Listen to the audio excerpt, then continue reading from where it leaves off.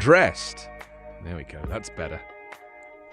Good morning. Welcome to Backchannel. It's just after 9 here on the West Coast. I'm Anthony Davis, and this is the Anthony Davis Show. As you can see, it says so right there. And you're welcome to join us in the usual way. If you're a regular person, you'll know that you can talk to your Echo Show device, wake it up, say, and then your message. You're also very welcome to message me via the web chat at backchannel.tv. And finally, YouTube is a very good place to go, where this show is live streamed. So, yes, come spend your time with us for the next couple of hours, or even longer if you're prepared for it. We're going to look through the morning papers. We're also going to be discussing the national anthem law in Florida, which is an interesting one. The New York Attorney General, Letitia James, she alleges significant evidence of Trump Organization fraud. We'll look at that in more detail.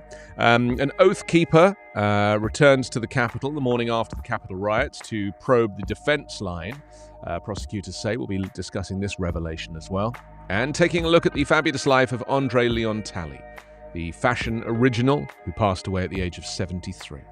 So that's how Backchannel looks this, what day is it? Wednesday morning. So let's dive straight into the morning newspapers with the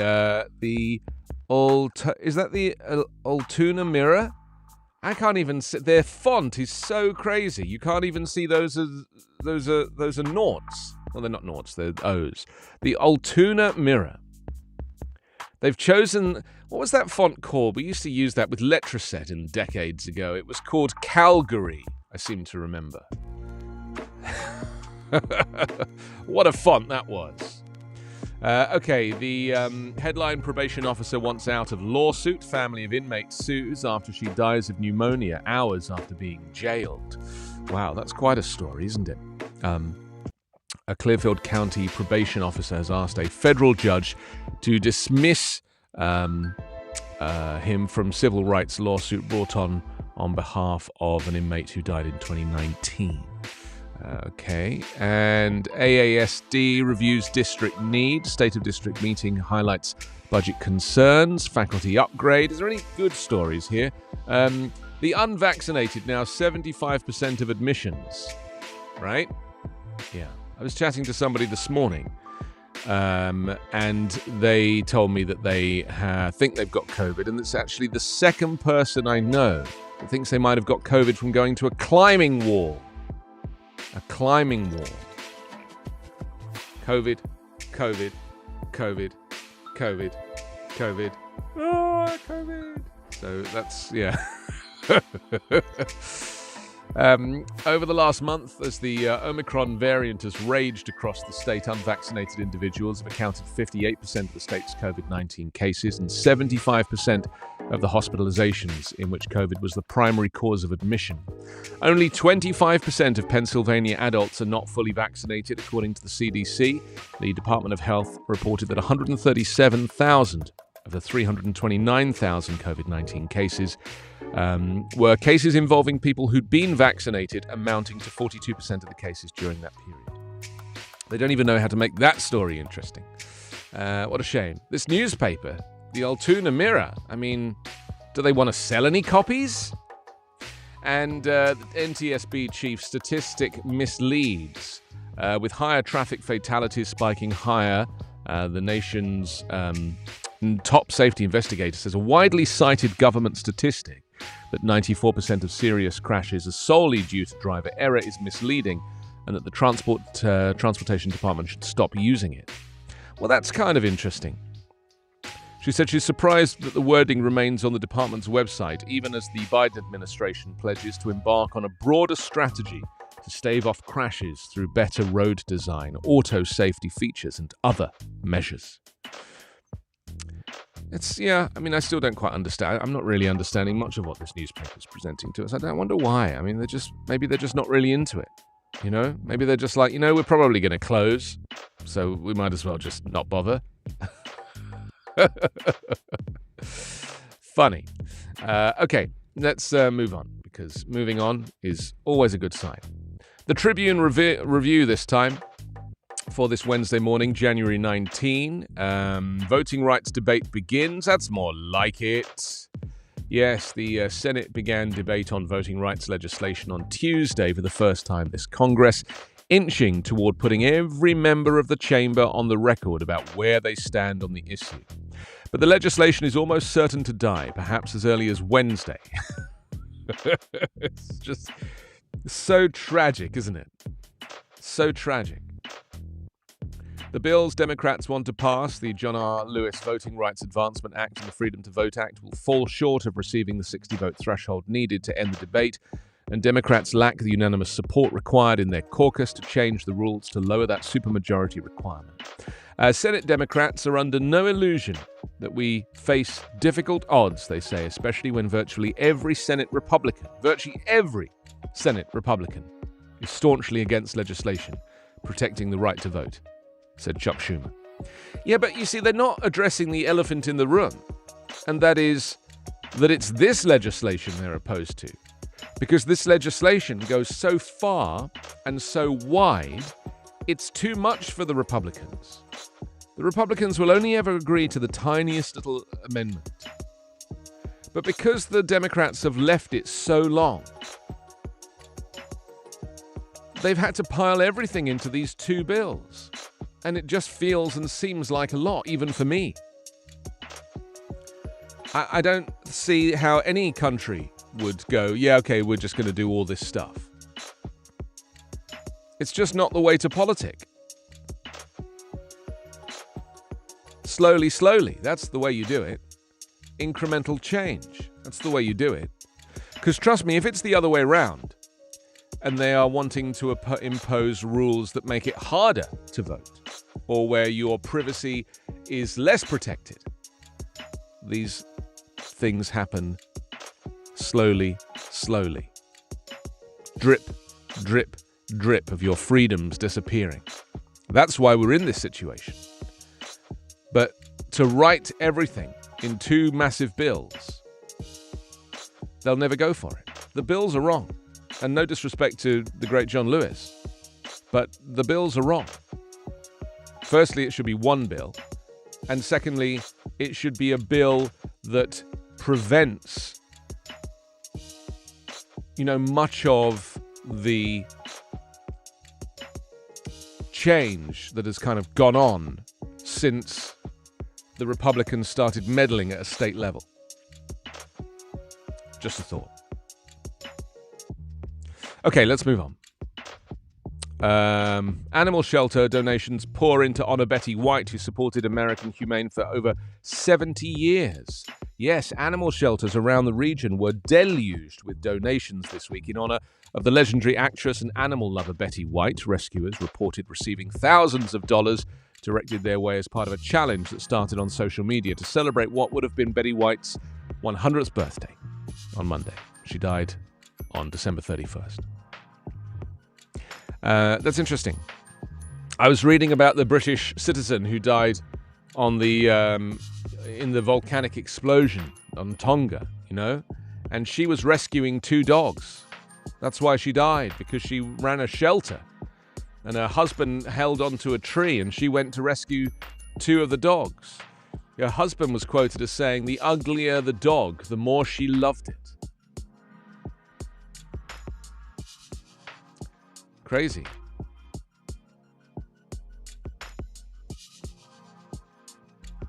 Test kit website up and running. Yes, what do we think about this? The test kit website is up and running. I mean, I actually have a lot to say about this. The Biden administration on Tuesday quietly launched its website for Americans to request free at-home COVID-19 tests, a day before the site was scheduled to officially go online. Okay, I received 3 texts from different people saying, the website's up, order your test now quickly. Right? Which I presume everybody received at least one text from someone. The system was completely inundated the day before it launched. I reckon they probably sold out of tests yesterday. Today they announced that they're putting in another 400 million masks, because they're inundated with people getting those. I just feel like it's never enough, And they screwed up a little bit because they did it per household, and the house I live in has just got one house name, house number, and yet there are 2 apartments. And so when I tried to get a test, they were like, you can't, it's already been ordered for that house. You see? So the variables aren't quite working with people living in shared accommodation. The tunes today are so strong. I'm loving them. I feel like I'm in some kind of trance party. Are we the only show that kind of has music all the way through? Do you know something? Let's find out. Patsy, first time on Backchannel. What do you think of the tunes? You're in Indiana. I'm in Los Angeles, California. I really like the music. You know, I've been in 2 minds at various times, but I've come to the conclusion that it is the differential. You know, it is the differential. Where else do you get to hear politics and cultural, social issues, health issues discussed with a trance soundtrack in the background? You know? Where else do you get that? This is an original offering.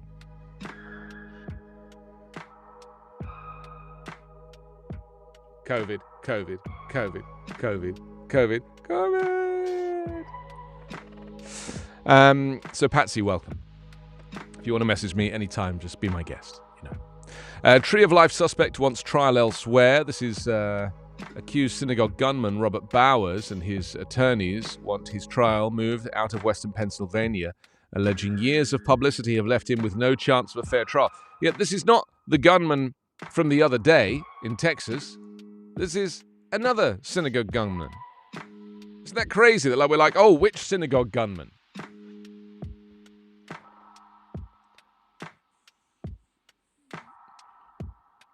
It's a trial in Pittsburgh.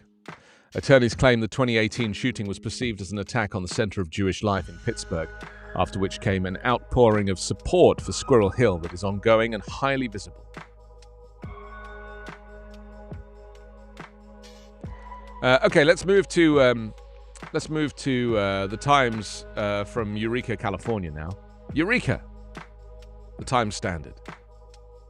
U.S. faces wave of Omicron deaths. The fast-moving Omicron variant may cause less severe disease on average, but COVID-19 deaths in the U.S. are climbing. And modelers forecast 50 to 300,000 more Americans could die by the time the wave subsides in mid-March. The 7-day rolling average for daily new COVID-19 deaths in the US has been trending upward since mid-November, reaching nearly 1,700 on January 17, still below the peak of 3,300 in January last year. But COVID-19 deaths among nursing home residents started rising slightly 2 weeks ago, although still at a rate of 10 times less than last year before the most residents were vaccinated.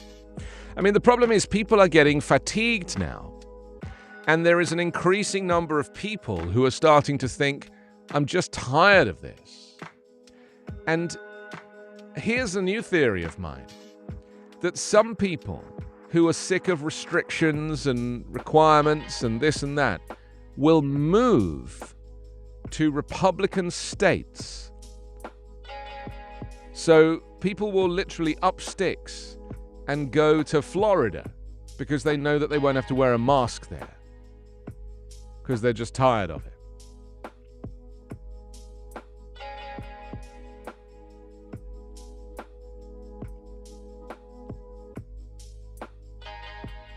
Morgues are starting to run out of space in Johnson County, Kansas. A lot of people are still going to die because of how transmissible Omicron has been, said the University of South Florida epidemiologist Jason Salimi. It unfortunately is going to get worse before it gets better. Yeah, I mean, it really is like the attitude. Carla, maybe you can tell me if it's the same in England, but certainly in America, I think people celebrate their freedom to the point that it's like they can do whatever they want to do, and it's always been that way. And to suddenly be prevented from just doing whatever by rules, federal rules or state rules, they're really like the fatigue, that kind of COVID fatigue, not long COVID fatigue, just, COVID preparedness fatigue is really setting in. And it's really starting to become a problem for people. And I do worry, genuinely, that people are going to just give up. They're just going to be like, I'm done. That's where it's at. And unfortunately, did you hear about the woman, Scandinavian woman yesterday, who she wanted to get infected? She's Czech. That's right, she's Czech, a folk singer from the Czech Republic. She's died after deliberately catching COVID. 57-year-old. She was unvaccinated. She posted on social media she was recovering after testing positive, but died 2 days later. Apparently she got infected on purpose when her son and her husband had the virus so she could get a recovery pass to access certain venues.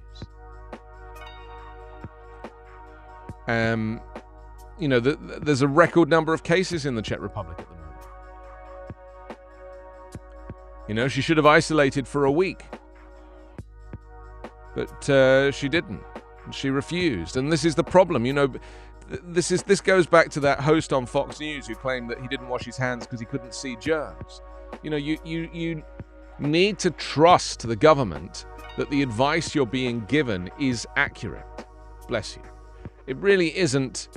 It's really not the case that just because you can't see it, it doesn't exist. Do you know how many people have died now around the world from COVID-19? And it's an undercount, but I'll tell you, it's 5.5 million. 5.5 million people have died now. It's a lot of people. And, there will be those who criticize those statistics and go, some of them had underlying health conditions. And it's like, well, yeah, maybe. But it's also a significant undercount because there are people who are dying who are being, whose cause of death is being registered as something else, a comorbidity or something that they were struggling with, and it was actually COVID that killed them. So it's 6 of one, half a dozen of the other. Also on the front of the Times Standard in California this morning, farmers feel desperation in a big way 6 years later. Stacey, good morning.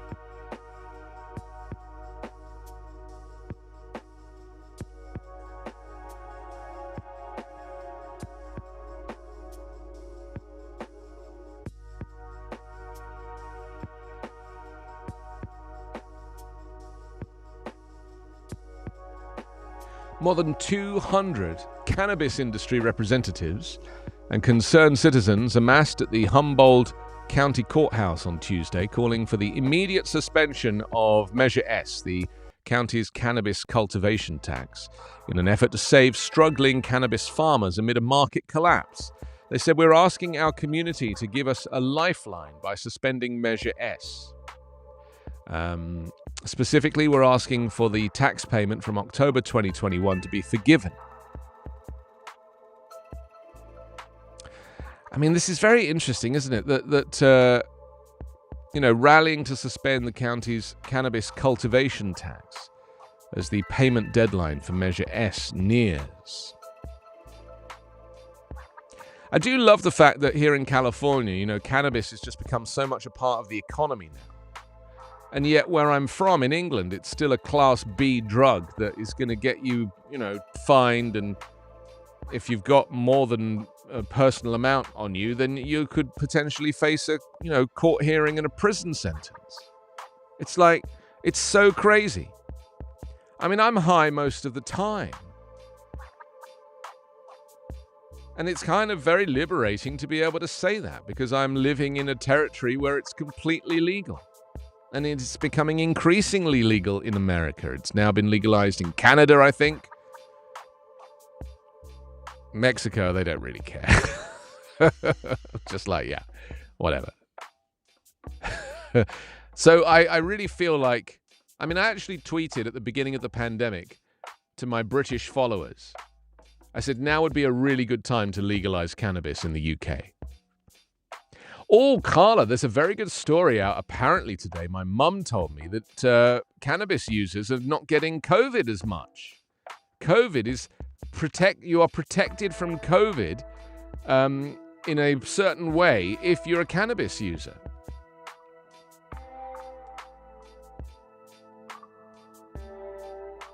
It's something to do with the way your body ingests certain protein. I don't really know the science of it, but maybe that's why I haven't got COVID.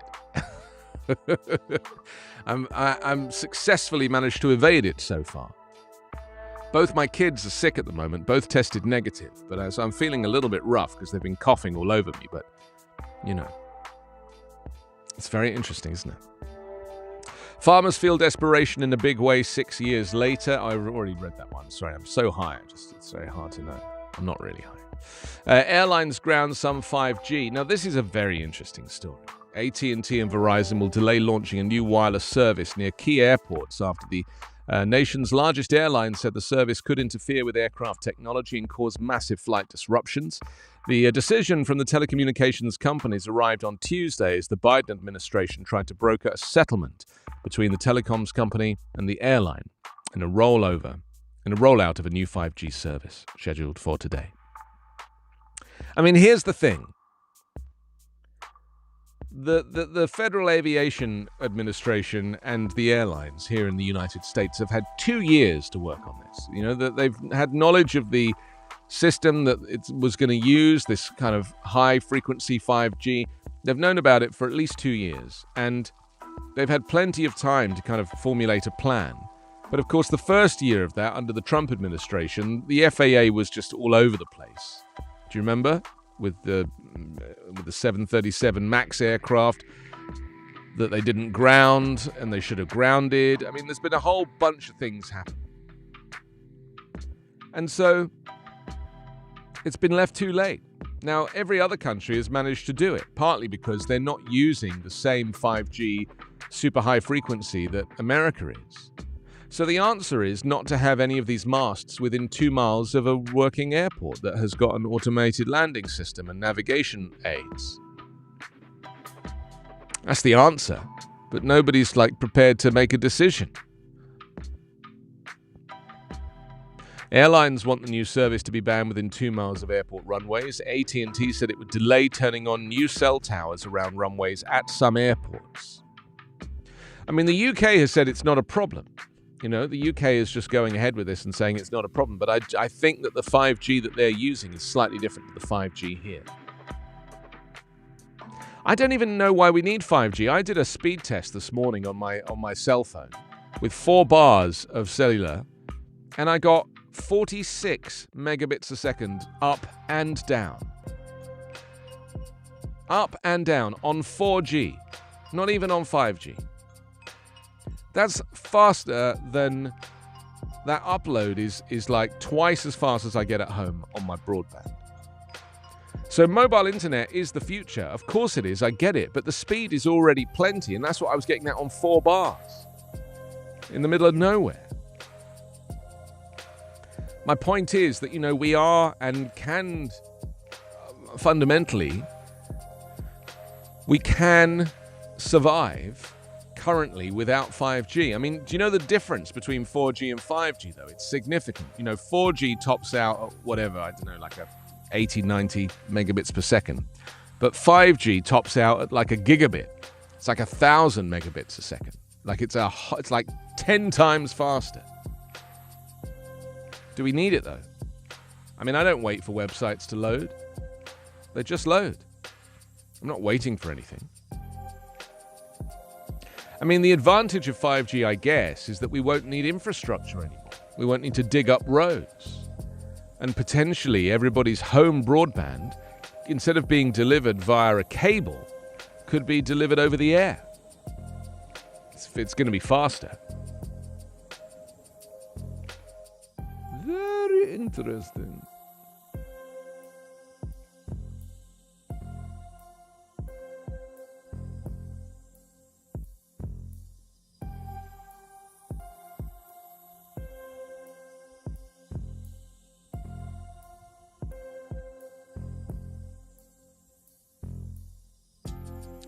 Oh, here's a list of total cases worldwide and total deaths worldwide. So, the total deaths worldwide is the number that I said, 5.5 million. Total cases worldwide, 332 million. Total cases in the US, 61 million. And total deaths in the US is now up to 853,340.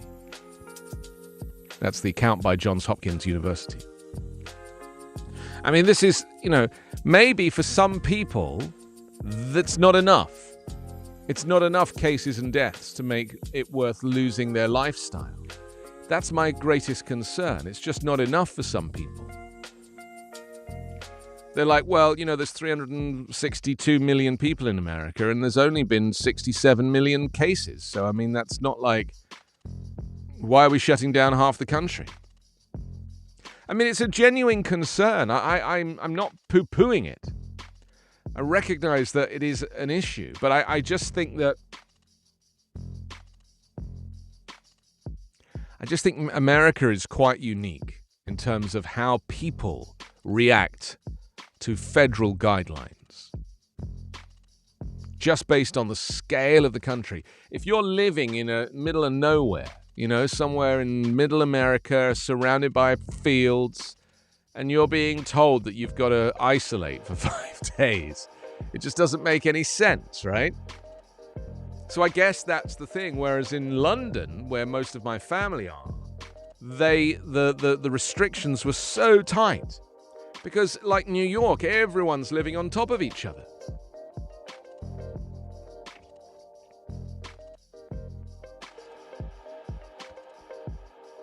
So there we go. That's the time standard for Eureka this morning. Let's move on to the Fresno Bee, Fresno, California.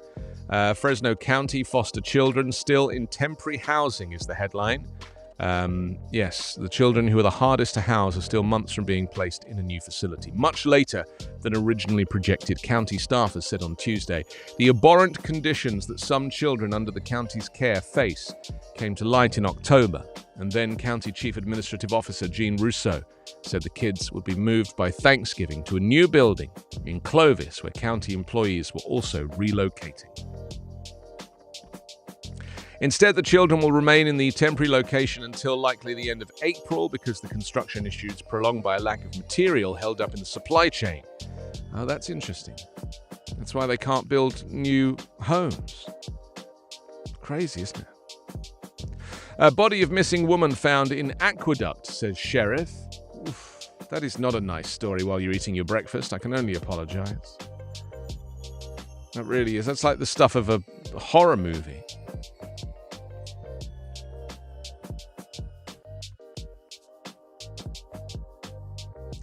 And also, United Farm Workers struggle to grow membership. When the nation's High Court effectively forbade union representatives from accessing fields and orchards to recruit workers last June, the United Farm Workers Union turned to Sacramento for help. The union found a lawmaker from a coastal agricultural district willing to carry a bill that would allow California farm workers to vote for a union by mail instead of in-person secret ballot elections conducted on a grower's property. So, protesters have been making themselves known, protesting the governor's veto of Bill AB 616. That's the Fresno Bee this morning.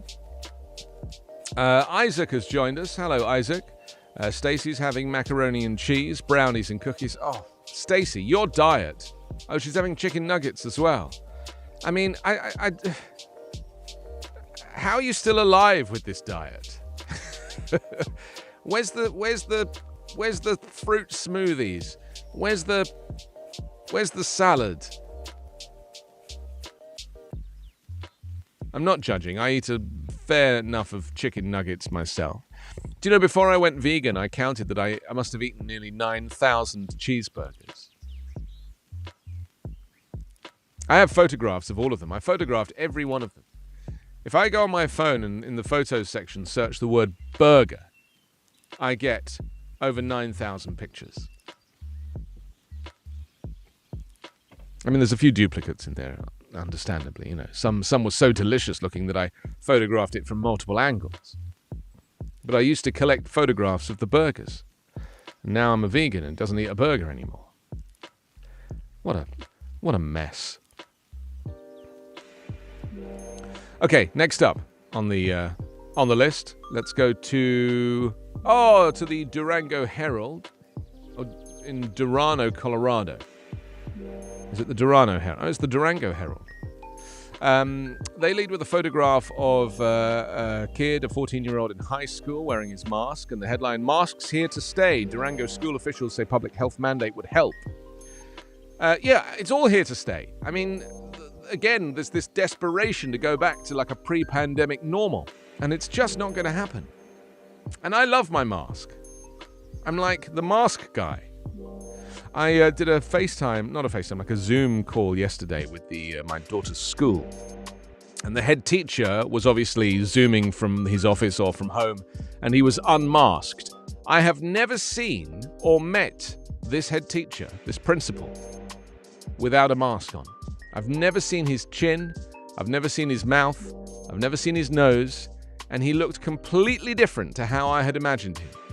Completely different. Isn't that weird, the thing about being unmasked on a Zoom call? You're like, oh, that's what you look like. So interesting.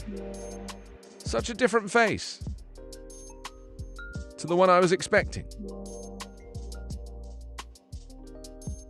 Durango School District 9R won't be loosening its masking policy anytime soon. The school board discussed last week whether it wanted to rescind the district-wide mask policy, but board members decided now is not the time to remove masks. Board members and administrators have expressed frustration with the lack of leadership from the state when it comes to mandated mask use. Mask use has been required for faculty, staff members, and students this school year at the district, but the onus of masking and enforcing that decision has been placed on the school board and administration.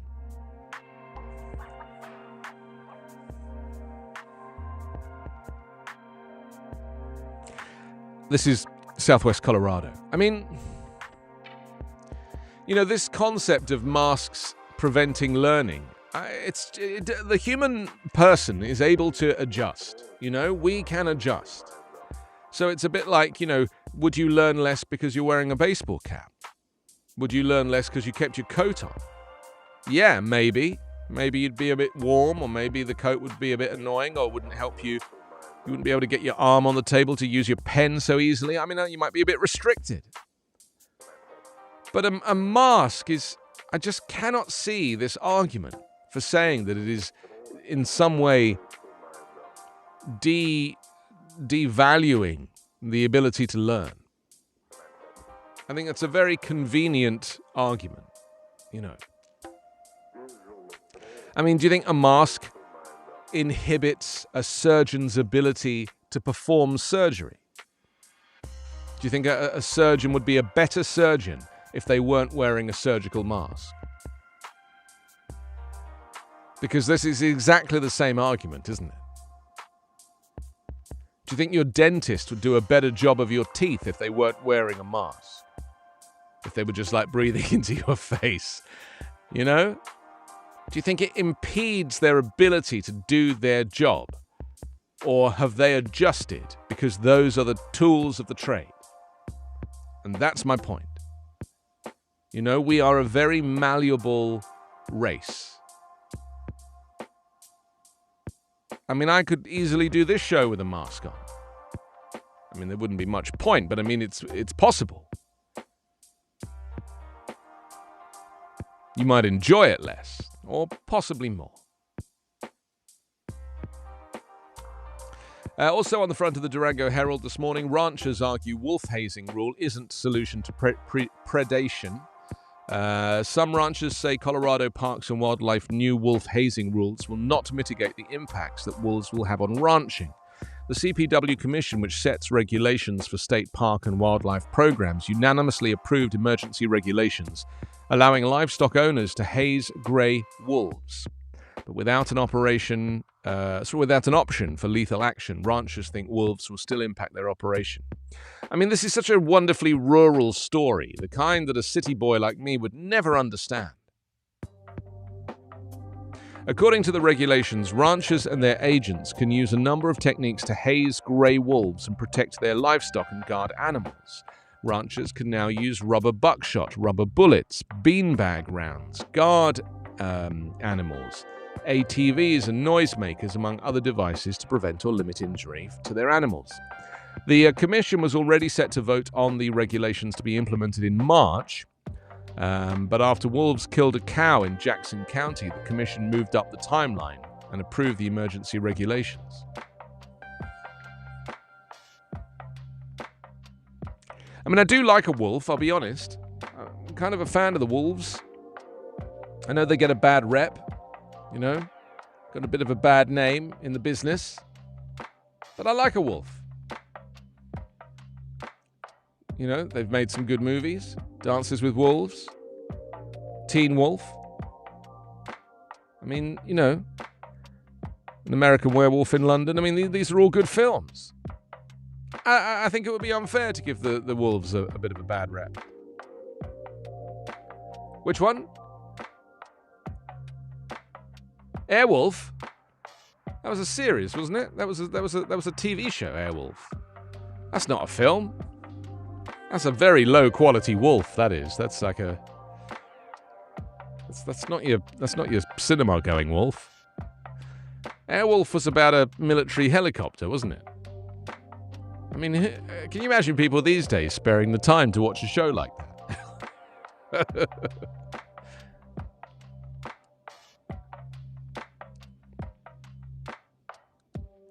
Okay, let's go to Fort Myers now and see what's happening in Florida.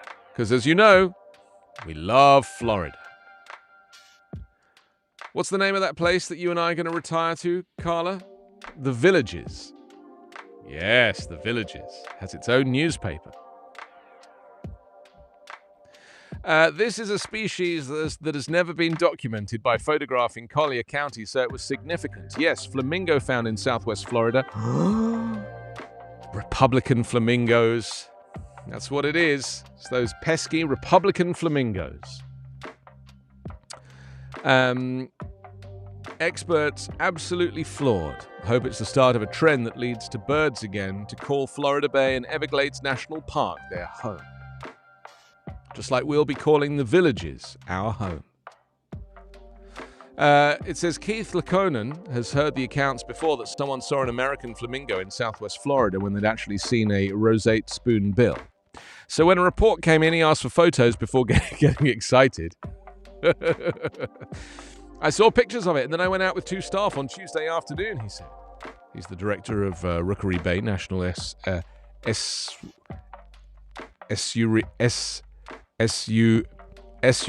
Research Reserve in Collier County. Estuarine? It's not a word I've ever said before. To his amazement, he did find the flamingo, and a particularly colourful one at that. And there's a photograph. It's basically the pink one, the pink flamingo. It's now in southwest Florida. There's a photograph of it hanging out with a flock of white pelicans in the Rookery Bay National Estuarine Research Reserve in the 10,000 Islands on Friday. The first American flamingo documented by photograph in Collier County. I mean, this is the problem. That there's a worldwide pandemic. There's about to be a war in Russia. The economy is tanking. People are dying. And yet in Florida, headline, a solitary pink flamingo.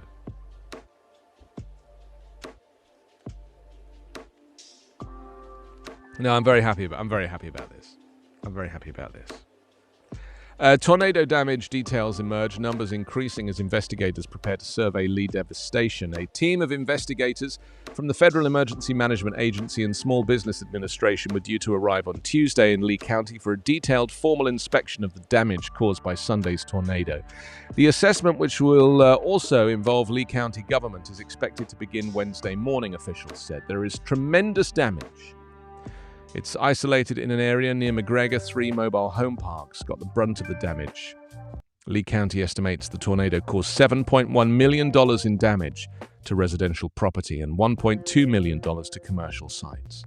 The twister hit the Fort Myers area on Sunday. It was the first since the 9th of January, bringing 118-mile-an-hour winds to several communities. Meteorologists are still tallying the damages, but upward of 4 tornadoes hit that region. So, There it is. And what did Ron DeSantis say the other day? Climate change is left-wing stuff. That was his quote. Climate change is left-wing stuff. What an idiot. There's a lot of media about him today because they're saying that he's actually going to become a bit of a thorn in the side of Donald Trump. He's borrowed all of Donald Trump's mannerisms and, policies and the way he speaks and the way, he's basically been the Padawan learner of Trump. And, what will happen is Trump will go to prison and DeSantis will become Trump's proxy. But they could, go head-to-head. Trump is definitely going to run for president now. You know why, don't you? You know why. Because of the announcement this morning that the Southern District of New York has enough evidence now to suggest that the Trump organization was fraudulent in its activities. And Trump always, it was always said that if Trump is investigated, he'll run for president so he can stop the investigation. So now it's going to become a race between Letitia James in New York, the AG, taking on the Trump organization. And she needs to charge these people before the presidential election in 3 years' time. Isn't that crazy? The only reason he wants to run for president is so he can halt investigations about him and be immune from prosecution. So that's his decision made now. Think about it. She's come out with a whole bunch of stuff today. And, the Trump family are panicking. Eric and Don Jr., they put out a whole load of tweets this morning. We'll talk about it shortly. But mark my words, he's going to run for president now. This is it. The gloves are off. He's like, you think you can prosecute me? I'm the president. I mean, he still thinks he's the president anyway. But, he's going to go for it. The Orlando Sentinel this morning leads with DeSantis releases surprise map. I really hate Ron DeSantis, I'll be honest. I mean, he really is like my least favorite person. He's so obvious. All of his tactics, his fakeness and his fraudulent announcements, it's so obvious. You don't have to be a rocket scientist to know this guy's game. It says, in a surprise move, Governor Ron DeSantis has inserted himself into congressional redistricting by releasing his own map that experts said on Tuesday would dilute minority voting power and likely give Republicans an 18-10 advantage in Florida seats. I mean, they're not even trying to hide it anymore, DeSantis' map released on Sunday in the middle of Dr. Martin Luther King Day weekend. Excuse me, I mean the irony of dropping the map then, would eliminate a North Florida seat long designed to have African American representation and create a majority white Democratic primary in the Orange County District. Black, white, orange, what's going on here? Represented by outgoing U.S. Representative Val Demings, who is black. I didn't realize that Val Demings was leaving. She was amazing. I mean, she was actually my pick for vice president, Val Demings. She's a former police chief. And she's tough, but she's so smart. And really, initially I wanted Kamala Harris, and then I switched my allegiance to Val Demings. And then I switched back to Kamala Harris once I knew she was probably going to get it, and then I was happy with her. Now I regret not sticking with Val Demings. I think she would have made a better vice president in hindsight. It would also dilute Hispanic voting power in South Florida by splitting up Hispanic voters into several different districts. The map was dropped just days before the GOP-controlled state Senate would vote on its version, which would keep much of the status quo, while still giving Republicans a likely 6-12 advantage over Democrats. No governor in recent history has offered a version of a map during the once-every-decade process. A spokesperson for the governor's office did not return requests for comment. Of course they don't, because it's an authoritarian regime. That's why. Experts said the DeSantis map violates the Civil Rights Act and would likely fail to get through even the conservative state Supreme Court, but it could just be meant to send a political message to both the legislature and the GOP voters nationwide. I think it's performative, said Dan Smith, chair of political science at the University of Florida. This is an effort to, if not to consolidate power, to once again show the legislature who has power and who controls the process.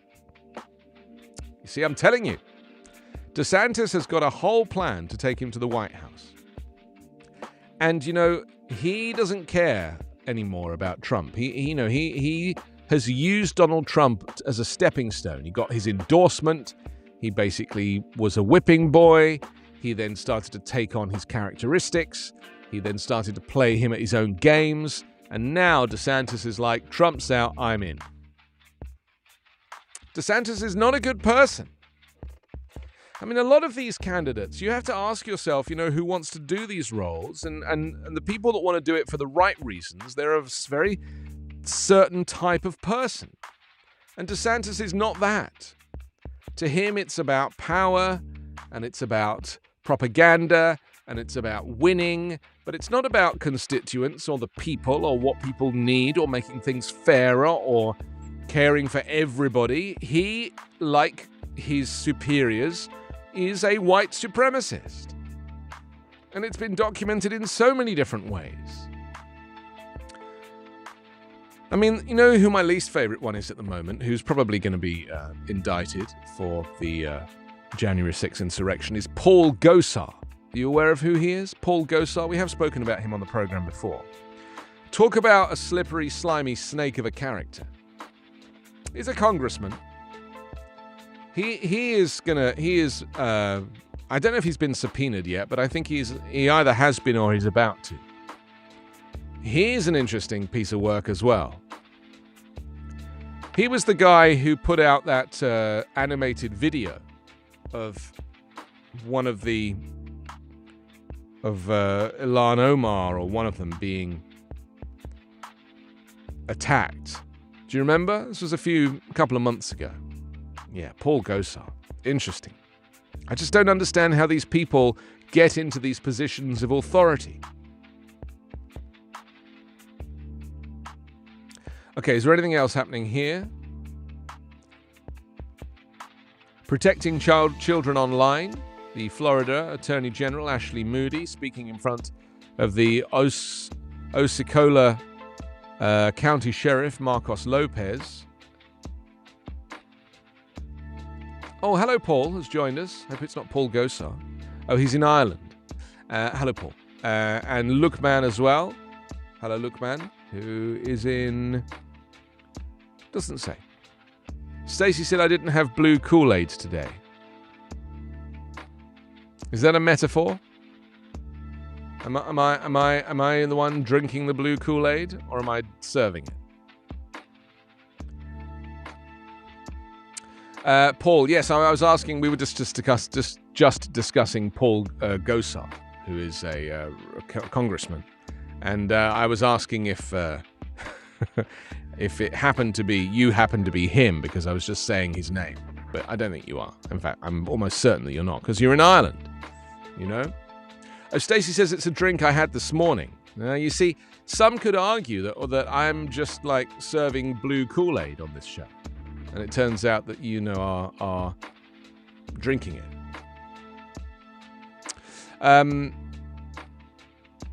What else do we have here? State Health Officer Pino placed on leave after email. Dr. Paul Pino became a trusted voice of the pandemic response in the nation's tourist capital, has been placed on administrative leave from his post as the state's chief health officer in Orange County as the Florida Department of Health conducts an investigation.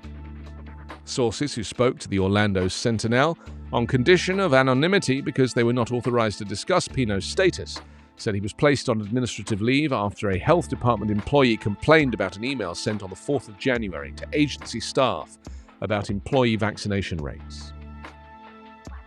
Interesting. Soaring prices, low inventory. High prices, low inventory, prosperous sellers and frustrated buyers made up the record-setting year in real estate for Metro Orlando. December closed out with a median home price of $340,000, beating the record set the month before by $10,000, according to a report from the Orlando Regional Realtor Association. Interesting. Yeah, there's not a lot available. Not a lot of stock, as they say. So that's Orlando. Where should we go next? You tell me. Oh, shall I remind you at this point that Backchannel has a growing list of shows, including Haley and Allison Live, waking you up in the morning with lots of laughs and their one-star cinema review, or Live Every Day with Liv Harrison, live from Texas, celebrating the little things in life with plenty of coffee. And also Hal Rudnick, whose show Your Pal Hal directly follows this show at 11 o'clock Pacific. That's 2 o'clock Eastern. I'm Anthony Davis. It's the Anthony Davis Show. We've been taking a look at the morning newspapers and seeing what's happening around the country. Where should we go next? Should we go to stay in Florida? The Pensacola News-Journal. Quality of life has dropped there. Well, you don't have to be a brain surgeon to work that out. It says after 5 years of continuous progress, 2021 marks the first year since 2016 that polling indicates that Pensacola is becoming a worse place to live. Tuesday, at a CivicCon event at the Rex Theatre, philanthropist Quint Studer and Pensacola Young Professionals Vice President for Quality of Life, Claire Kirchhaar, presented the results of the 2021 Quality of Life Survey. Do you know, I really like these Quality of Life surveys. I really think they're very interesting. You know, they often do them for countries throughout the world of, you know, best places to live, and invariably Scandinavian countries, places like Sweden, they are often like the best places to live. Norway, Finland, these are great places to live, you know. America is never very high on the list, and nor is England. They're just not. Scotland is pretty high on the list, strangely. The annual survey has been funded by Quint and Rishi Studer since 2008. It asks a cross-question of area residents their views on the quality of safety, education, economic opportunity, environment, leadership, and other pillars of life in Pensacola and Escambia County. The Quality of Life Survey is an independent survey tool that was developed by Mason-Dixon Polling and Strategy, an independent polling communications firm, with offices in Washington, D.C. Participants who are interviewed are chosen randomly and represent the actual demographic breakdown of the community. There were some bright spots in the 2021 data, but also some troubling trends. They say in 2020... Oh no, this is going to continue on page 5, so I can't.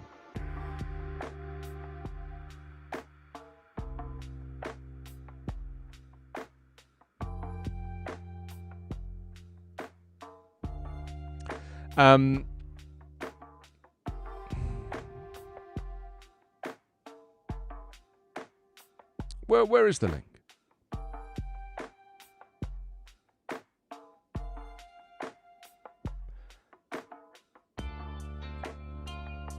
Aha, there it is. Okay, so let's take a look at the breakdown, because this is important. It says, in 2020, 63% of survey respondents said the county was heading in the right direction. That's not even a question and an answer. What does that even mean, heading in the right direction? Yes, Paul, of course you can ask any question at all. Anything you want to know. Be my guest. Hit me up.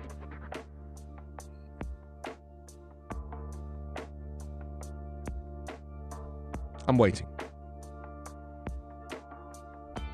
And Patsy, if you've got a question, or Isaac, or Lukeman, or Zuo, or anybody else who's listening, you have a question, then you can just go to backchannel.tv and you can type it in. Or you can, if you've got an Echo Show, you can talk to it. Stacy says, what's up with the San Antonio Express? It's become the midnight train to Georgia. I'm just waiting for Paul's question because, you know, this is a very interactive show. I'm prepared to stop the entire program for a bespoke question and answer sequence. Very happy to do that. I'll carry on reading the Pensacola Quality of Life Index in the meantime. The numbers in the city of Pensacola were slightly more favorable, but held the same general pattern. In 2021, 55% of respondents said the city is heading in the right direction, down from 64% in 2020. For 2021, 28% said it's heading in the wrong direction. I don't know what direction we're even going in anymore. Of course, COVID-19 was the elephant in the room for the past 2 years. Lukman's back. Thank you.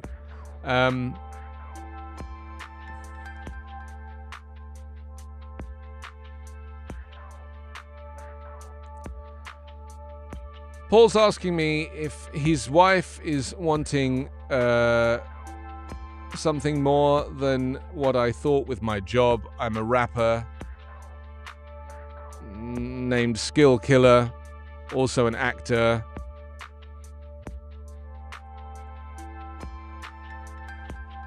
Yeah, but I thought that I thought Skill Killer was Kobe. Kobe's someone else. Okay. All right, we'll get to the bottom of this, Paul. You just keep messaging me. Send me a whole bunch of messages, and then I'll read them out in one go rather than doing one at a time. It's just easier that way. They said the most concerning trend is the shrinking number of respondents who believe the economy in Escambia County will be better 5 years from now. Look, everything's going to get worse. I mean, it just is. And then it's going to get much, much better. I mean, I was listening to somebody, who was it, was telling me the other day that, like, you know, the collapse of the American democratic system is going to be catastrophic. But what will rise out of it is going to be so far and away better than what went before. It's almost worth going through. That's what I heard. I don't know if I can agree with that, but that's what I heard.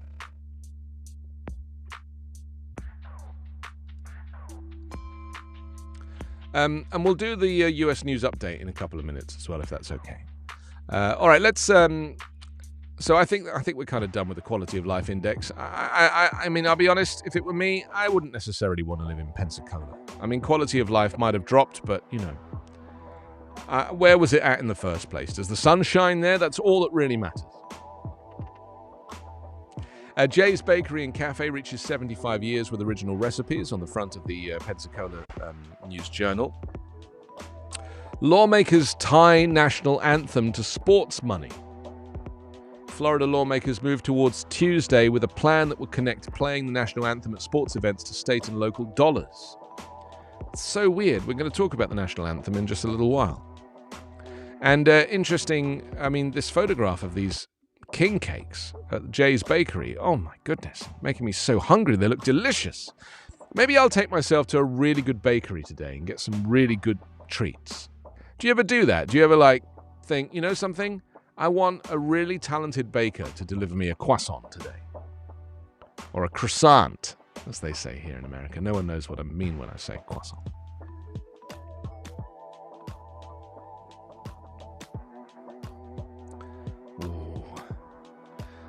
Where's your nearest Greg's, Carla? Is it close enough?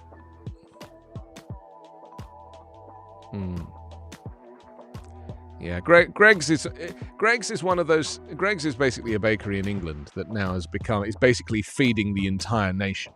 You know, it's feeding the entire nation, and because the entire nation doesn't have the money to be able to eat anywhere else. But the quality of the food, whilst it's traditional and tasty, it's not very nutritious. So, the Greg's Revolution, as fun as it might seem, is not great. Talk has joined us in Ohio. Thank you very much. We've also got Lukman, who's in Isa. Not sure where that is. Paul, Zuo, Isaac, Stacy, Patsy. Thank you for spending your morning or your lunchtime with Backchannel. We're going to hear the US news update now. It's a 2-minute podcast that I do every day for the Volley Network that basically keeps you up to date on what's happening on all the stuff across the United States. You can download it wherever you get your podcasts, and here it is.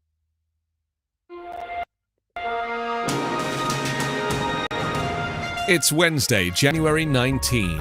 From the Volley Network, this is your daily US news update. I'm Anthony Davis. The Biden administration on Tuesday quietly launched its website for Americans to request free at-home COVID-19 tests, a day before the site was scheduled to officially go online.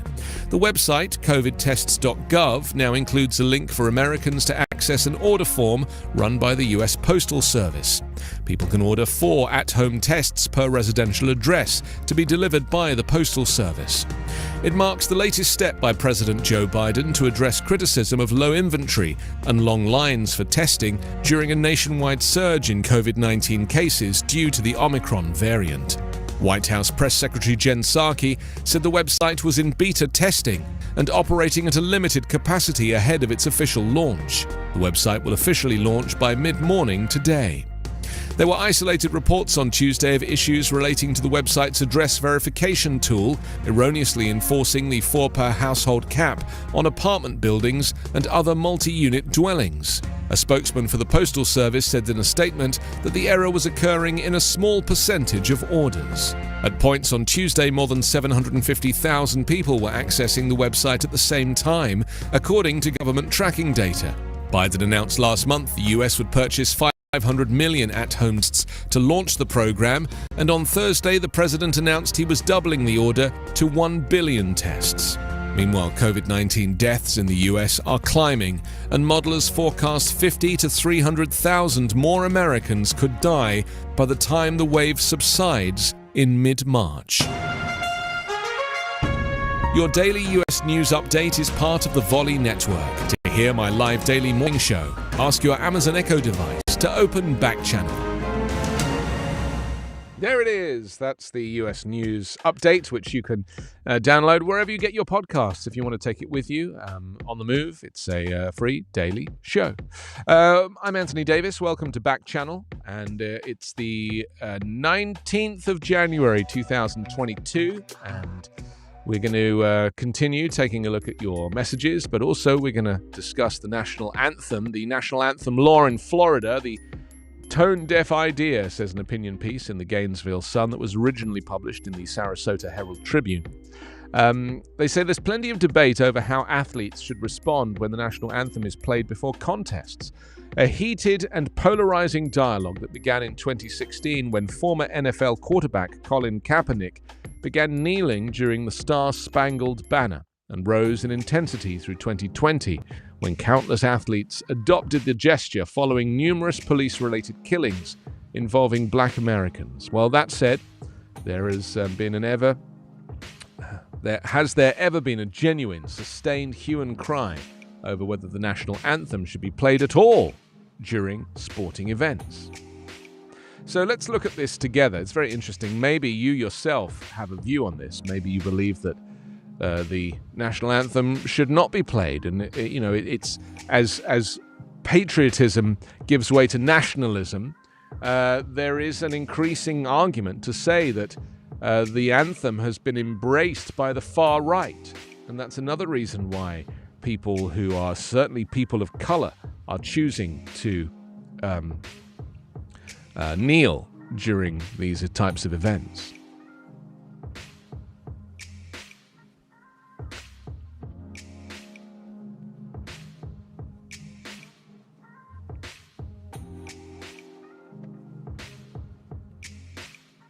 It says, for example, in a 2020 poll conducted by the Washington Post and the University of Maryland, 84% of the respondents supported playing the national anthem before games. Meanwhile, a 2021 Morning Consult poll found that 76% of those surveyed, including clear majorities among respondents who are people of color, agreed the Star-Spangled Banner should be performed prior to an athletic competition. Well, given such general sentiments, there is no compelling reason why the Florida legislature should rush to pass a bill proposed by State Representative Tommy Gregory that would require the national anthem to be played before pro sports events in the states. There's absolutely no compelling reason why Gregory's bill should ever become law. And I mean, it's very obvious as to why he's doing it, right? It's race baiting. He's basically race baiting. He wants it played in the hope that somebody will kneel, and then those people can be singled out and isolated and then treated differently, criticized, and humiliated.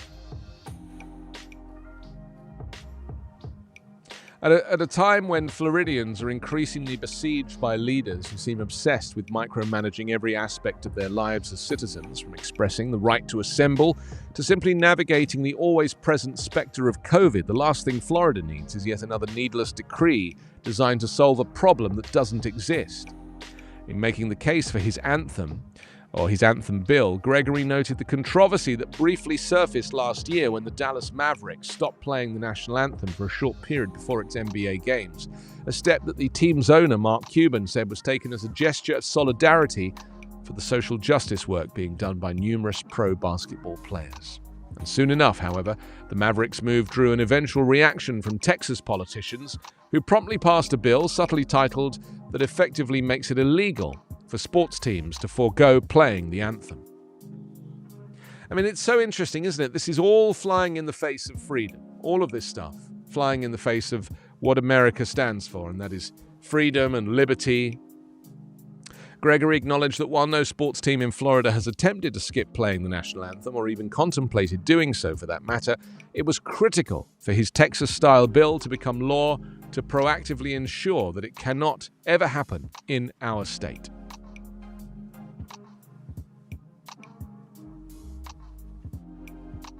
So this opinion piece says, sorry, but when a law is being proposed to address an issue that has shown no discernible sign of truly being an issue, all in order to prevent that non-issue from possibly becoming an issue in the future, even though there's nothing remotely to suggest it will ever become an issue down the line, there is only one conclusion for us. There is no need for the law at all. It's very, very interesting to me, this whole argument, this whole debate, because I know why it's happening, and you probably do too. It's because the people making these laws are white supremacists, and their desire is to catch out people of color so that they can be humiliated. And this is systemic racism. And this is the leftovers of the horrific history of slavery in America. It continues to this very day.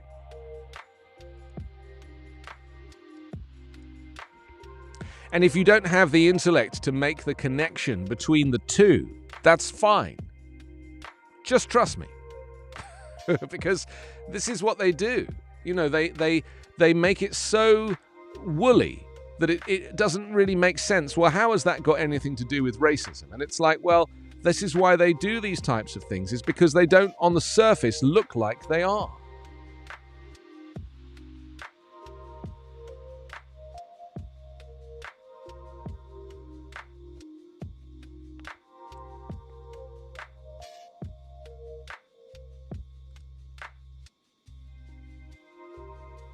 Yes, I'm looking at that. That's the Herald Tribune. It says Florida's professional sports teams will be required to play the national anthem before each home game if they want to receive government funding under this legislation. So they've actually now made it... in order to qualify for government funding, you have to play the national anthem.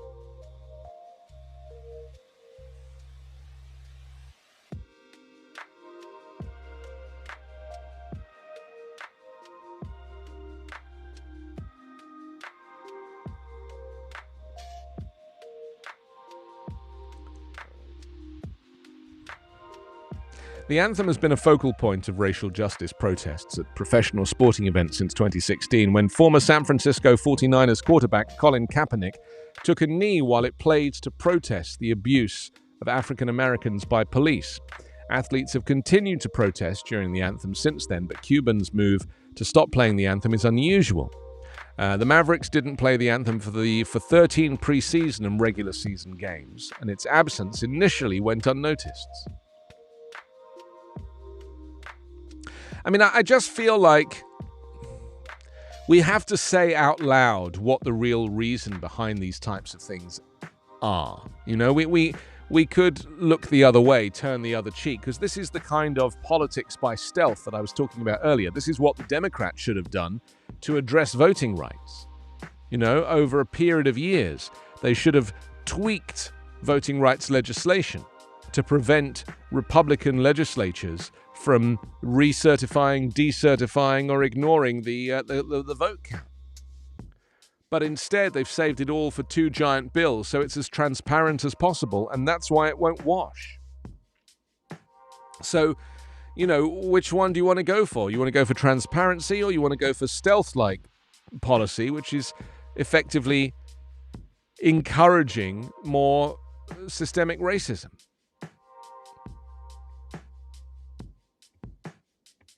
And maybe you have a view on this. I mean, maybe you think that the national anthem just shouldn't be part of sporting events, that it's irrelevant to kind of pitch patriotism with sporting competition. It's an unnecessary connection.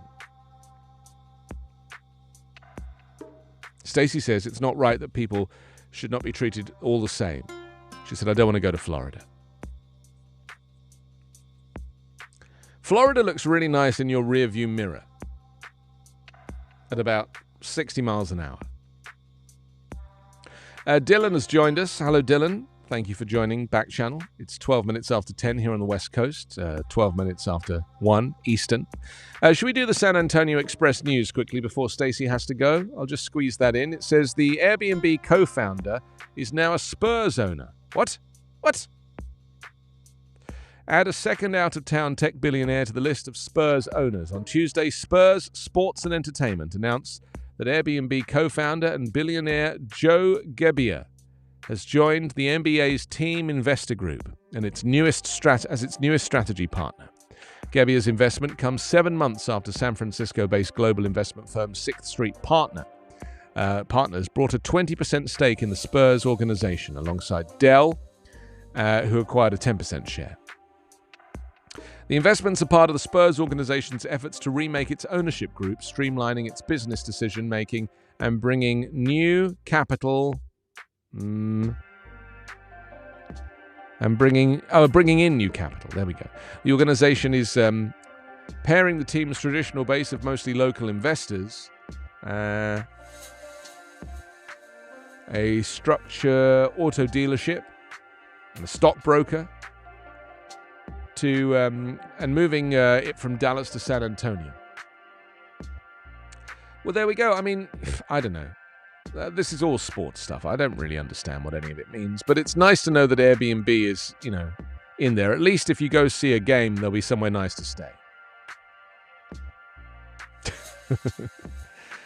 North Texas gunman wasn't on watch list. This is the gunman who took 4 people hostage at a North Texas synagogue in a 10-hour standoff that ended in his death. Was checked against law enforcement databases before entering the US, but raised no red flags. Malik Faisal Akram, a 44-year-old British citizen, arrived at Kennedy Airport in New York on a tourist visa about 2 weeks ago. Well, it's not actually a tourist visa. That's inaccurate. It's a tourist visa waiver. It's a visa waiver. The ESTA means that you don't need a visa. So it also means you have no rights. Did you know that, Carla? If you come to America on an ESTA, which is a visa waiver for 3 months, you are waiving any of your rights during that period. That's the point of an ESTA. A visa, if you actually get a visa, you have some rights. But people think that getting an ESTA, if they're traveling from Europe to the US, for example, is in some way a kind of 3-month visa. And it's not. It's a visa waiver. You waive all of your rights. You see, you learn stuff on this show that seems completely impossible. But it's true.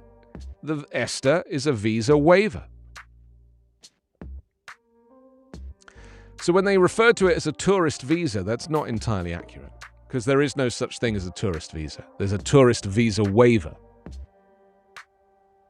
Yeah.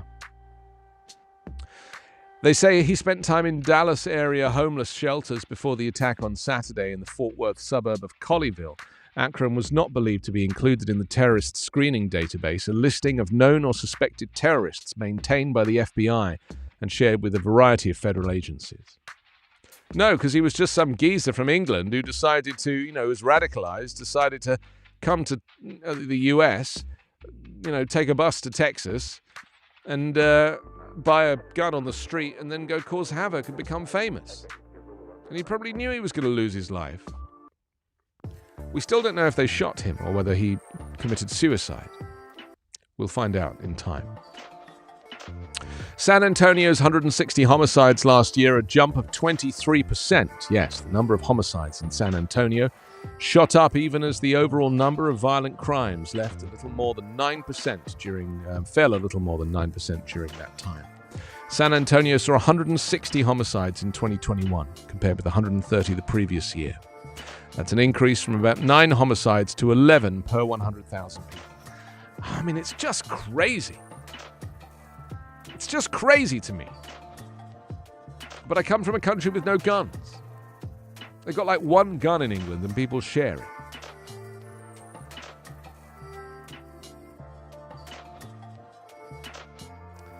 So, there we go. That's the San Antonio Express news. Stacey, I hope that was useful to you.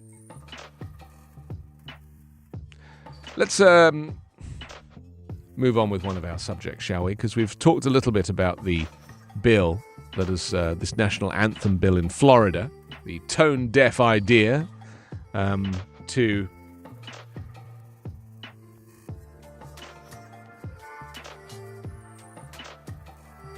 effectively prevent people from not playing the national anthem at these sporting events. It's a law in search of a problem.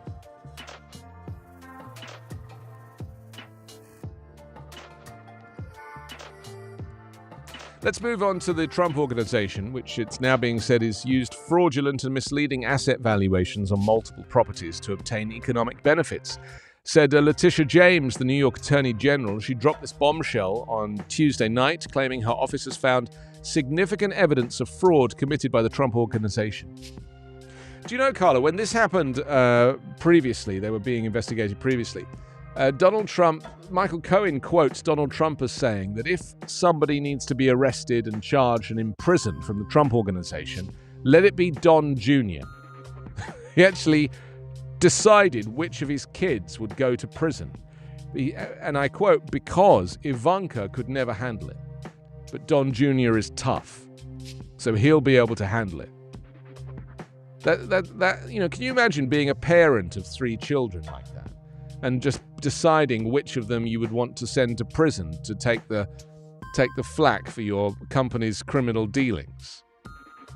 Eeny, meeny, miny, mo. Send Don Jr. I mean, you'd at least send Eric. He serves no purpose.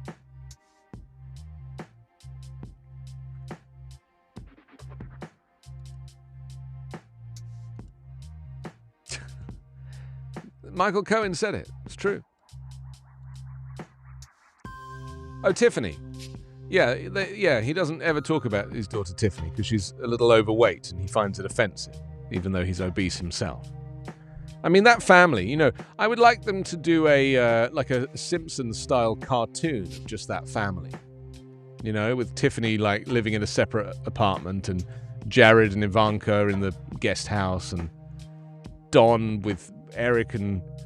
I mean, never has there been a more obvious crime family. And the thing is, someone tweeted this morning, which I thought was very interesting. I wonder if I retweeted it and I could announce it.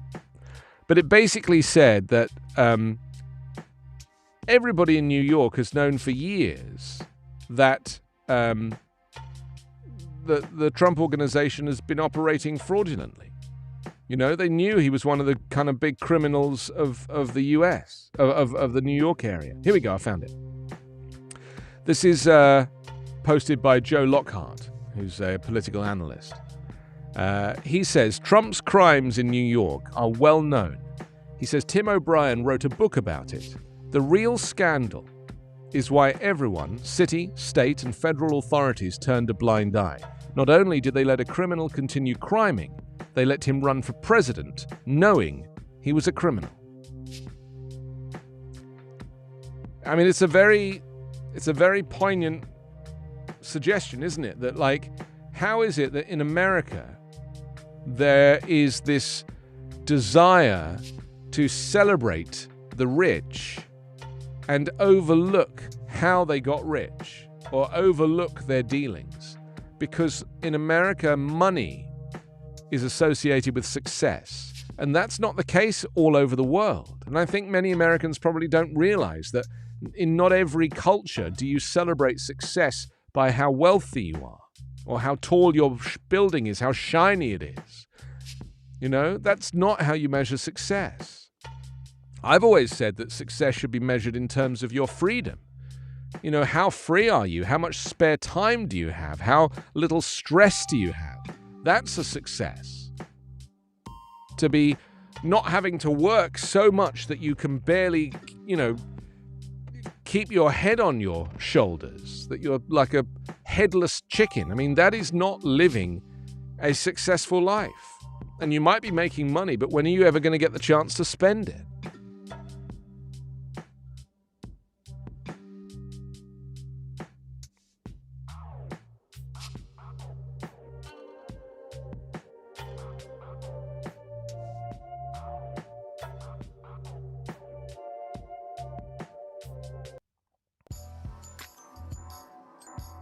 I love how the music just changes without any kind of mixing. It's like we got the worst wedding DJ, you know?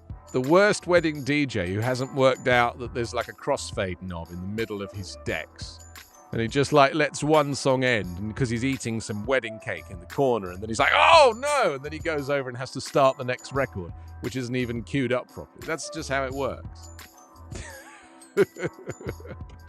You know, we're offering a very high level of audio landscape here. I even switched my microphone today. I've gone back to the expensive one. You know, the other one was black, but it's not quite as refined. This one sounds beautiful. Actually, I'm going to flick a switch now, and I want you to tell me if it sounds better with the switch flicked. You ready? Here we go. It's going to be a little less bassy. Are you ready? Here we go. 3, 2, 1. Now I'm turning it off. Now, do you notice any different? It should be a little less bassy. Do we like it more in position 2? I'll go back to position 1. Here we go. This is position 1. Now, how do we like it in position 1? Can you tell the difference? You see, that's the subtle level of detail that I'm working with here. You know, that's what I actually quite like it in the switched position. Maybe I'll leave it in the switched position for the rest of the show, and you'll see. It's very subtle. It's very subtle. You can put the music back on now, DJ. Thank you. Appreciate it. It's 10:23. This is Backchannel. I'm Anthony Davis. New York Attorney General Letitia James dropped a bombshell disclosure on Tuesday night, claiming her office had found significant evidence of fraud committed by the Trump Organization. The revelation came as part of a motion filed earlier on Tuesday by James in an attempt to obtain testimony from Ivanka and Donald Trump Jr. in James's ongoing investigation into the Trump Organization's finances. She said, "We are taking legal action to force Donald Trump Jr. and Ivanka Trump to comply with our investigation into the Trump Organization's financial dealings. No one in this country can pick and choose if and how the law applies to them," James tweeted. She said, "We've uncovered significant evidence indicating that the Trump Organization used fraudulent and misleading asset valuations on multiple properties to obtain economic benefits, including loans, insurance coverage, and tax deductions for years." James said the former president and both children have all been closely involved in the transactions in question, so we won't tolerate their attempts to evade testifying in this investigation. We will not be deterred in our efforts to continue this investigation, uncover the facts, and pursue justice, no matter how many roadblocks Mr. Trump and his family throw in our way. No one is above the law, she said.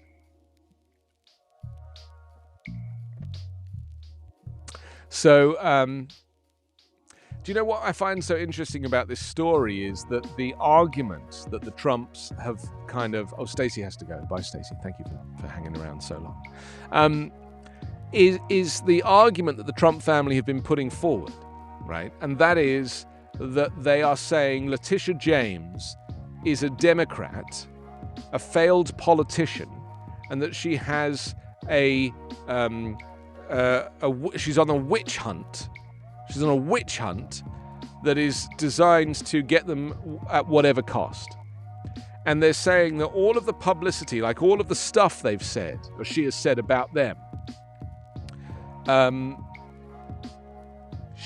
they say is evidence alone that she is on a witch hunt. The fact that she's tweeted, "I'm going to get those people," and all this kind of stuff. Do you know what I mean? And it's like, it's really very, it's a very thin argument, you know, the idea that just because she has gone on public record and said that she's going to get this crime family once and for all.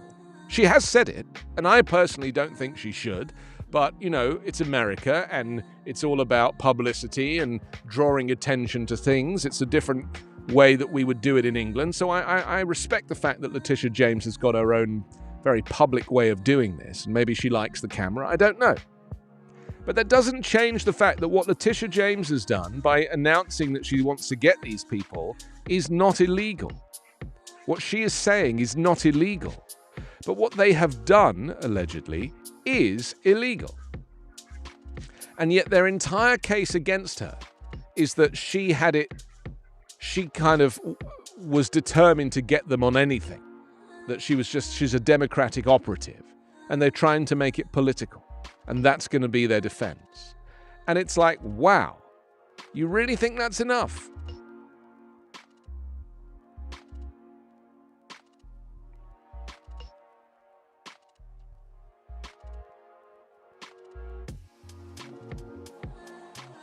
I like Letitia James, I'll be honest. I think she's a very smooth operator. And, she was working with Cyrus Vance, who's now, he's retired, or his term has ended, working in the Southern District of New York. But she's basically taken up this investigation, and, she knows what she's doing. She knows what she's doing. She's been investigating whether real estate values were inflated to obtain bank loans and reduced to lower tax bills. A separate investigation by the Manhattan District Attorney is looking at potential criminal violations. So James's office detailed its findings in a 115-page court filing made public late on Tuesday. Among the documents the AG has obtained is an overall analysis of the Trump Organization's corporate cash flow prepared by its top financial advisor, Alan Weisselberg. Yeah. If they get Weisselberg to flip, then he is going to be the key to a lot of this. The filing describes evidence of misstatements to lenders, insurers, and the Internal Revenue Service. Among the inflated values identified in the court document, Trump's penthouse in Manhattan, in Manhattan's Trump Tower, was listed as 3 times bigger than it actually was, overestimating its value by $200 million. So they overinflated the square footage. I mean, that is such a rookie mistake. In July, the Trump Organization and Weisselberg pleaded not guilty to a New York court to 15 felony fraud and tax evasion charges. His trial is due to begin in the middle of this year. James has subpoenaed Trump and his children to testify under oath in her civil investigation and wants a judge to order the Trumps to testify within 21 days. The family has asked a judge to block the subpoenas. Roger, welcome to Backchannel. 10:29 here on the West Coast. I'm Anthony Davis. It's the Anthony Davis Show, Monday through Friday between 9 and 11 Pacific, 12 and 2 Eastern. She says the Trumps must comply with our lawful subpoenas for documents and testimony because no one in this country can pick and choose if and how the law applies to them. Trump has called the nearly 3-year probe by James a political witch hunt and has been trying to block the probe in court. I mean, this is what's also very interesting to me about, elected representatives who do jobs such as Attorney General. Now, where I'm from in the UK, these types of judicial positions are non-political, right? So if a judge is appointed a judge, you don't ask him whether he's a Democrat or a Republican. I mean, we call them Conservative and Labour. But that is because the judiciary has to be non-political. It has to be, because how can you ever get justice with a political judiciary. How is that ever possible? And of course, Trump has now turned around and said that Letitia James, the Attorney General, because she is a Democrat, a known Democrat, because she has to say that, she has to win that position as a Democrat, that it's all political.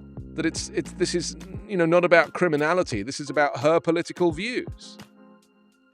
I mean, that's how unjust the US justice system is. And no one seems to talk about it because they've never known any different. I mean, I would argue to say that most Americans don't realize that it's possible to have an apolitical Supreme Court. The High Court in England, the Supreme Court in England, even the International Court of Human Rights in The Hague is non-political. Do we understand the concept of non-political judiciary? And yet, look at the judge in the Carl Rittenhouse case. As an example of what happens when you get a clear political decision. Oh, he was a slimy. He was the worst. I mean, really, and he didn't even try and hide his political agenda. Didn't even bother hiding it. He just knew it wasn't necessary. Lawyers for the Trump family have argued that James's subpoenas are an improper means to gather evidence in the civil probe that could then be used in the criminal probe. Alan Fuertefus, a lawyer for Trump's children, said in a statement that James's filings did not address her repeated threats to target the Trump family and ignore their constitutional rights by conducting overlapping probes. I mean, it's not up to you, mate. It's not up to you if there are different probes that are overlapping. It's not up to you. You're being investigated. You don't get to pick and choose who investigates you and when.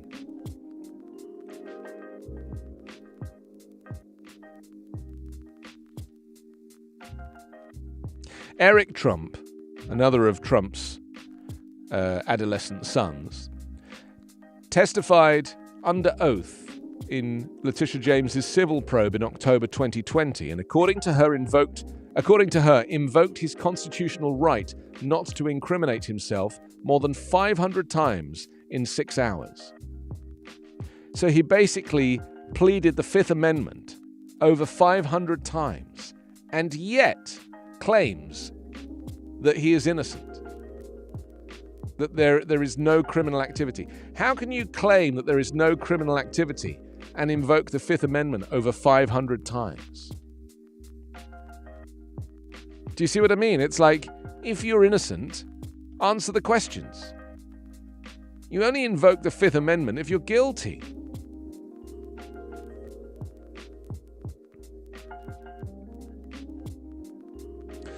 Trump is trying to prevent a congressional probe into the January 6th Capitol riot from accessing White House records. Trump was also questioned for more than 4 hours in October as part of a lawsuit by a group of protesters who allege that his security guards assaulted them 6 years ago. He's also battling to prevent years of his tax returns from being released to prosecutors. I mean, this is a crime family, everybody knows it. And yet, there's nothing to stop him not just becoming president, because he already has, but becoming president again. I mean, it's lawless. The country is effectively lawless at that very top level. But at the ground level, it's very lawful, because the people who are committing the most petty crimes, whether it be George Floyd taking a fake $20 bill that he didn't realize was fake and paying with it to buy cigarettes or whatever, gets executed by a police officer in public on video for committing a crime that by any other standards was an accident. And yet you can be at the very top, and because you're white and wealthy and have status, your crimes can be overlooked. And Trump, it's widely reported, has been behaving in this way for 40 years. This is not new. His father probably taught him everything he knows.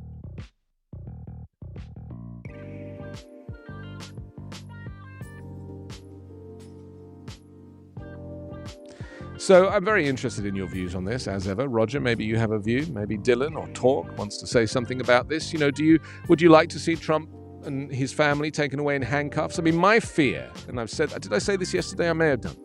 But my fear is that if Trump is arrested with no shortage of evidence, that is going to play into the big lie in such a way that all of the Trump supporters, and it could be as many as 50 million people, see that as a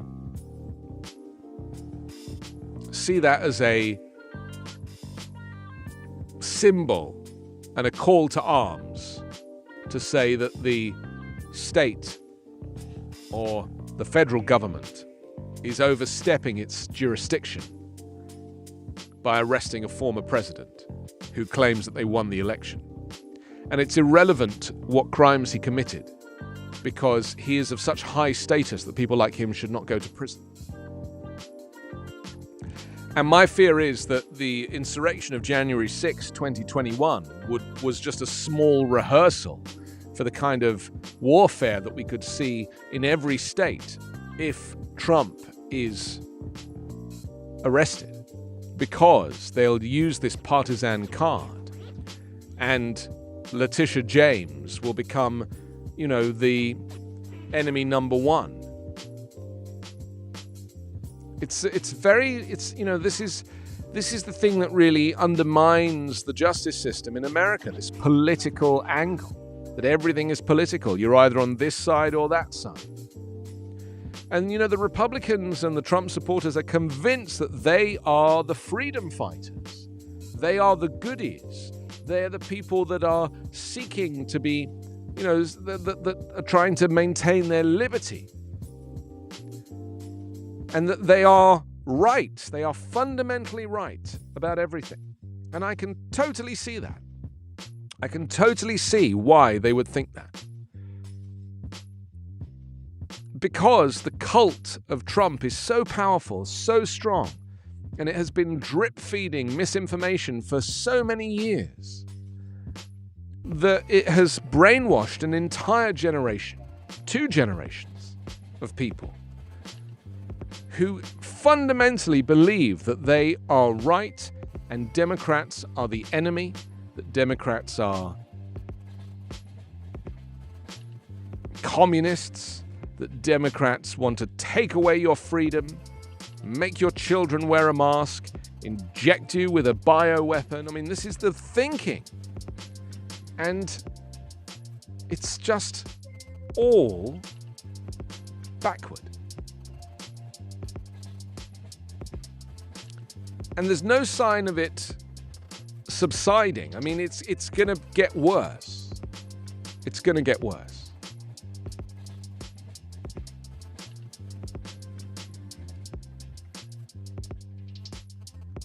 If you'd like to get in touch, you can say and then wake up your device. Say and then your message on your Echo Show. You can go to backchannel.tv and you can type me a message, and you can also watch and comment on the show on YouTube as well. This is Backchannel. I'm Anthony Davis, and leave a review for us at backchannel.tv. Just hit the leave a review button. You can also send us your thoughts on the show, and you can leave suggestions for upcoming segments and, anything and everything. It's all there for you. Backchannel.tv. And a reminder that Backchannel has a growing list of shows, including Haley and Allison Live, waking you up in the morning with lots of laughs and their 1-star cinema review, or Live Every Day with Liv Harrison, live from Texas, celebrating the little things in life with plenty of coffee. And the charming and funny Hal Rudnick, whose program Your Pal Hal directly follows this show at 11 a.m. Pacific, 2 p.m. Eastern. It's the 19th of January 2022. I'm Anthony Davis. Let's take a look at the 63-year-old Arizona man who's been charged with seditious conspiracy for his role in the deadly January 6 riot at the Capitol. He said he returned to the scene the next morning for recon, as Congress was completing its delayed election certification, according to court documents. Yes, Edward Vallejo, who prosecutors said told others he was waiting for orders from the Oath Keeper founder Stuart Rhodes, is accused of playing a central role in the far-right paramilitary group's attempt to thwart the transfer of power to Joe Biden.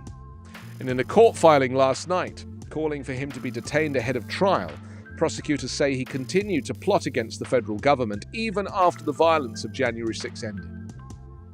Hey, guess what? So did the president. The president also plotted against the federal government. And that seditious conspiracy charge is what they may eventually get Donald Trump on. Because if they can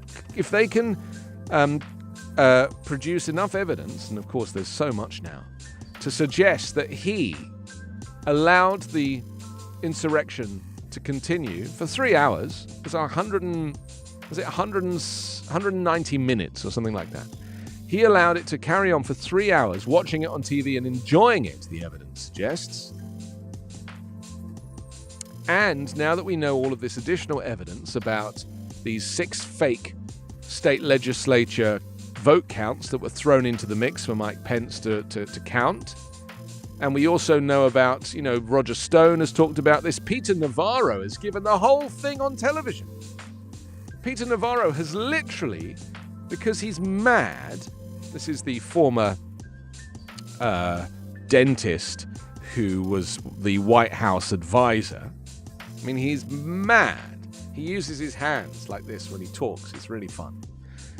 He has now gone on television multiple times, including on CNN. MSNBC. He went on MSNBC with Ari Thingy and basically explained the entire plot to bring down the US government. He did it on television just a couple of weeks ago. Right? This is all evidence. They're just giving more and more evidence. They are so convinced that the vote was fraudulent that they are going all out now. Anyway, the next morning, this guy, Vallejo, allegedly messaged other members of the group in a Signal chat. We're going to probe their defense line right now. 6 a.m. They should let us in. We'll see. He and other members of a quick reaction force he led were apparently also prepared to wage battle in the city for weeks. Ahead of the January 6 riot, he and others wheeled in bags and large bins of weapons, ammunition, and essential supplies to last 30 days, prosecutors wrote. I mean, this is insane, isn't it? That all of this new evidence, I mean, this is what Jamie Raskin was saying the other day. Jamie Raskin, who sits on the January 6 committee. He basically said there's enough evidence now that is going to blow the roof off of this case. He said, you will not believe what you're going to hear. While most of the alleged sedition plot took place at the Capitol itself in the form of militaristic stacks of Oath Keepers who allegedly moved in formation to breach the Capitol, prosecutors say that Vallejo was part of the group's quick reaction force staged at a hotel across the Potomac River in Arlington, Virginia. There were allegedly 3 teams on the force, one each from Florida, North Carolina, and Arizona, the latter which include Vallejo. Surveillance video stills from the hotel included in the government's filing on Tuesday purported to show him in the process of wheeling in bags and large bins of weapons, ammunition, and essential supplies to last 30 days. They said he was awaiting deployment, even though orders never came for him to join the fight. Nonetheless, he was a central player in the plot to oppose the transfer of power. I mean, this is more evidence that is coming out now, that there was a whole militia waiting to subvert the election through force. He volunteered to travel across the country to support this plot, stationed himself in a hotel room full of firearms, ammunition, and equipment, affirmed his commitment to the mission during the Capitol attack, and expressed support for the plot in the immediate aftermath. He said they were prepared to use force against the government of the United States of America, and there is nothing to suggest that he has changed his views. So what now the committee is looking to do is find a connection between the Oath Keepers and Donald Trump himself. And do you know how they're going to do it? They've already kind of done it. Who was providing security to Roger Stone that day? Who was Roger Stone's security personnel? the Oath Keepers. The Oath Keepers were working as Roger Stone's bodyguards that day. Roger Stone, Donald Trump's close advisor and confidant. So, of course, it was likely that there was communication between the Oath Keepers and Donald Trump through Roger Stone. And this is, new evidence that has been coming out in recent days that suggests that really Trump was at the heart of this January 6th insurrection.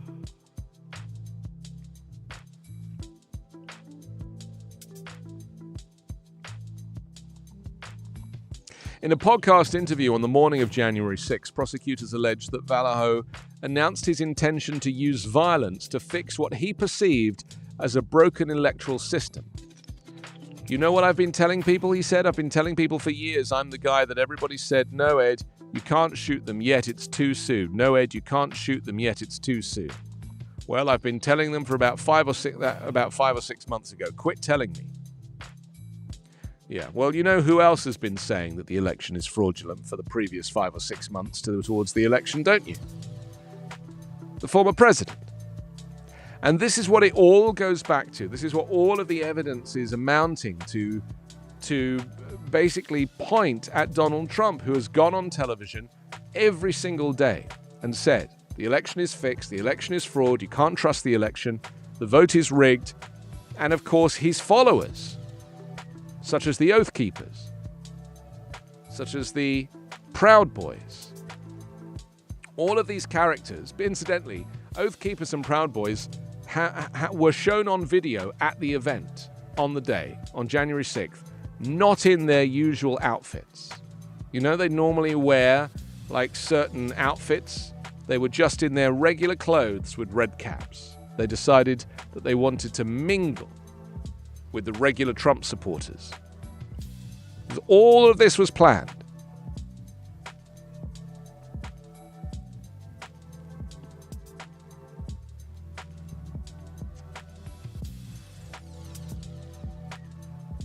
And so Jamie Raskin is right. The evidence is mounting up now. The pieces of the puzzle are all coming together.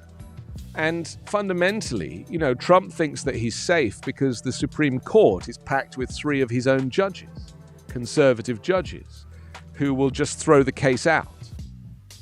And he might be right. He might be right.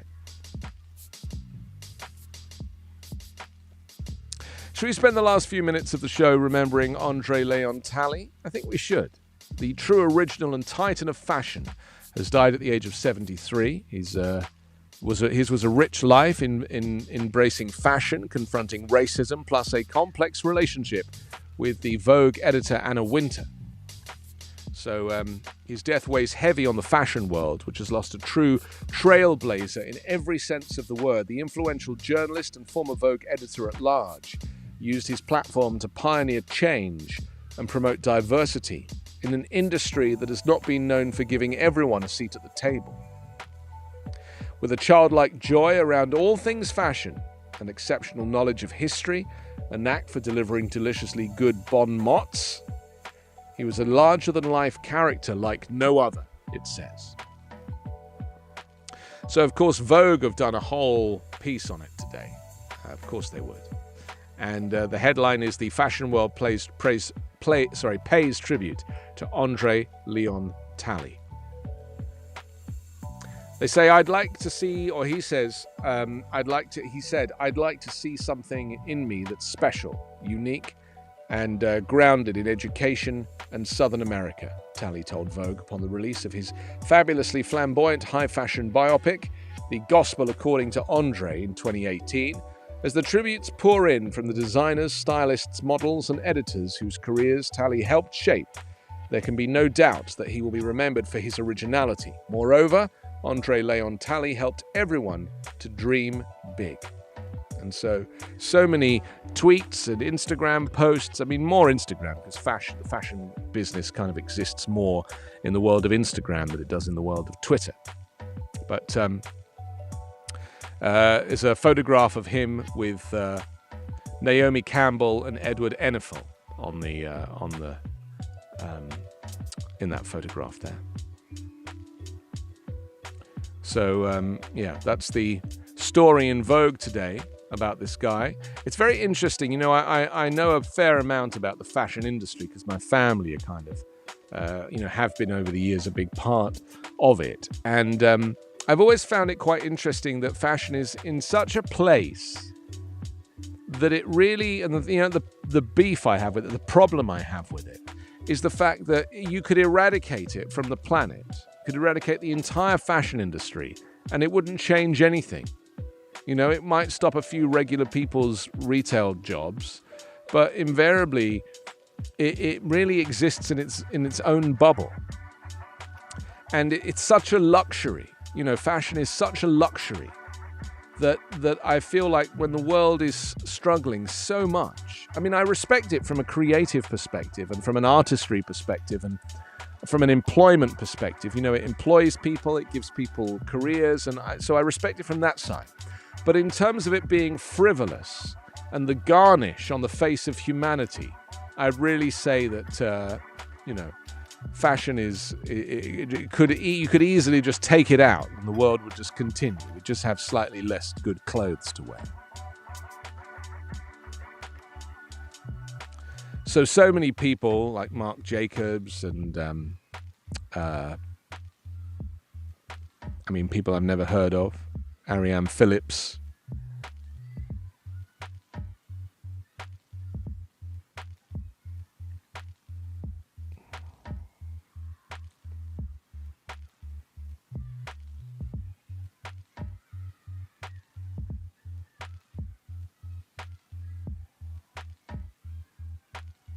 Yeah, I understand that fashion, the accessory of fashion is helpful to us as humans. But it's a little bit like my opinion on masks. You know, I just don't see the difference in wearing a mask and not wearing a mask. And I guess that some people take their accessories very, very seriously. And so, fashion exists. The problem is we're talking about high fashion. You know, if you work for Vogue or any of these big designers, or you're surrounded by, this kind of tribe, Fashion Week and everything else, it's at a level that is so far out of the reach of regular people. And my existence and my interest has always been on the ground level with regular people, working people. And so that's why I find it difficult to, obviously I have sympathy for this guy and his family and everything else. I'm not questioning that. I'm talking about the industry itself, and of course he's inspirational in that industry. But I tend to be a big picture kind of person. I tend to look at the overall picture of, humanity or climate or health or economy as a whole. And I just see people struggling, and I see wages not increasing in 50 years, and I see the cost of living go through the roof. And so that's why I don't tend to think about this type of an industry. I just don't. Because to me it's entirely frivolous.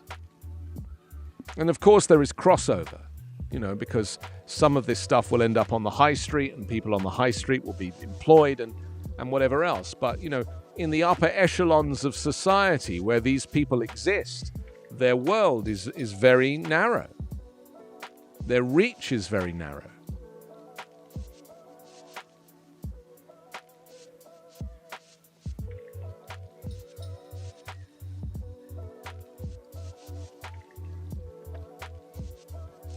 Yes, that's true. In the animal kingdom, there is this kind of flamboyance that tends to attract a mate invariably, and arguably that is all humans are doing. We are just peacocking with our clothes. Okay, thank you for joining me. I'm Anthony Davis. I'll come back tomorrow morning at 9 a.m. and we'll do this all over again. Stick around for your pal Hal. Have a good day.